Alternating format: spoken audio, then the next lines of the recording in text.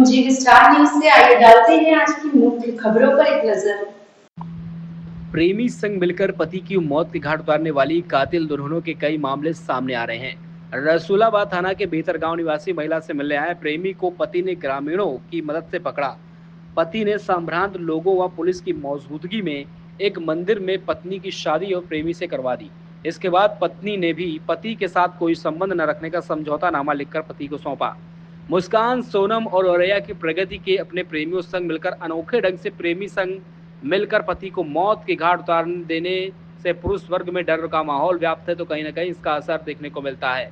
भग्गा निवाता ग्राम पंचायत के ग्राम प्रधान जयचंद्र व प्रतिनिधि मोनी सिंह ने बताया कि ग्राम पंचायत के मजरा भीतर गांव निवासी योगेश तिवारी का विवाह 15 वर्ष पूर्व सांधी थाना बिल्हौर कानपुर नगर निवासी सोनी द्विवेदी के साथ हुआ था। उसके एक पुत्र भी है।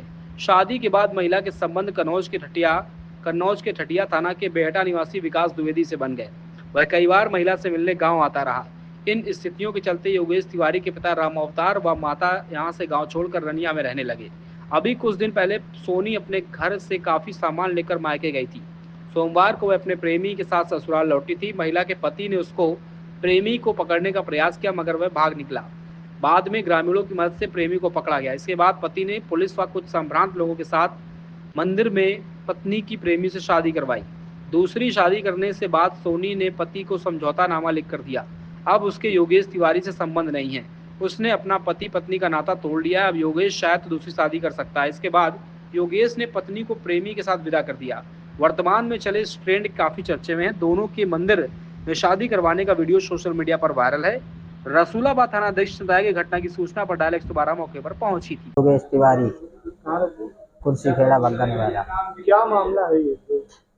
मेरी पत्नी जो है वो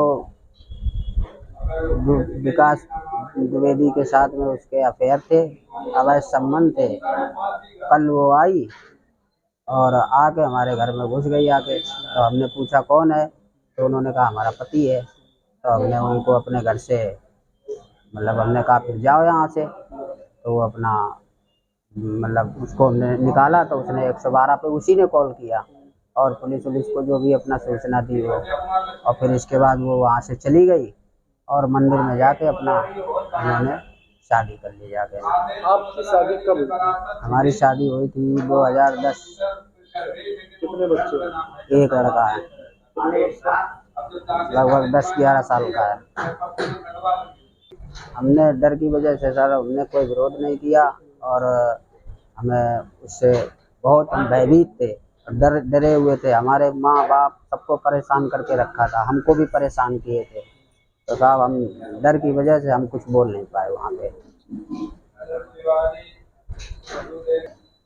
और हमको ये धमकी भी देती थी कि तुमको हम जान से मरवा देंगे, तुम्हारे माँ बाप को मरवा देंगे।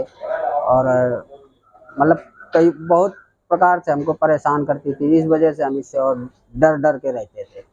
पुलिस में शिकायत कर लिया था तो उस सवार करने के बाद में जो है उसको चौकी ले गया। फिर चौकी में जो है उसका सब पूरा मामला कर दिया गया कि चलो भाई जिससे आप राजी हो उसी के पास आप चली जाओ। अच्छा, पत्नी ने अपनी शादी कराई है, उसके बच्चे हैं कुछ? एक लड़का है उसका 13-14 साल का। पति क्या करता था? पति लेबरी करता है, कहीं कोई फैक्ट्री में जाता है, कहीं अपन मजदूरी करता है। घटनाक्रम की जानकारी पति को कैसे, कुछ इसकी जानकारी है आपको क्या? कैसे क्या हुई पति को कि पत्नी उसकी पत्नी तो 5-6 साल 10 साल लगभग हो गया है जब से शादी हुई है। तब से 1 साल छोड़ के उसको बरकरार उसी तरह से परेशान प्रताड़ित। कोई 100 नंबर एक दिन में कम से कम 50-50 बार 100 नंबर आता रहा। कभी कभी हम लोग जो है समझाते रहे, लेकिन वो यहाँ से लेके वहाँ तक जिले स्तर तक वो मुकदमा और सारी चीज़ें उस पर अपना चलाती रही। क्या लगता है कि कहाँ जैसे देश भर की घटनाएं निकली, एक सौरभ हत्याकांड आ गया, एक राजा रघुवंशी का हत्याकांड आ गया, कई ऐसी घटनाएं आई जो पत्नियों ने अपने पतियों को मौत की घाट उतार दिया। क्या उस घटना का कहीं ना कहीं लोगों के अंदर डर है? किसी तरह से संदेह हुआ होगा तो उसने सोचा कि जब जिस पत्नी से इसकी प्रेमिका संतुष्ट है उसी के पास चली जाए, क्यों हमारा जान और माल का खतरा हो।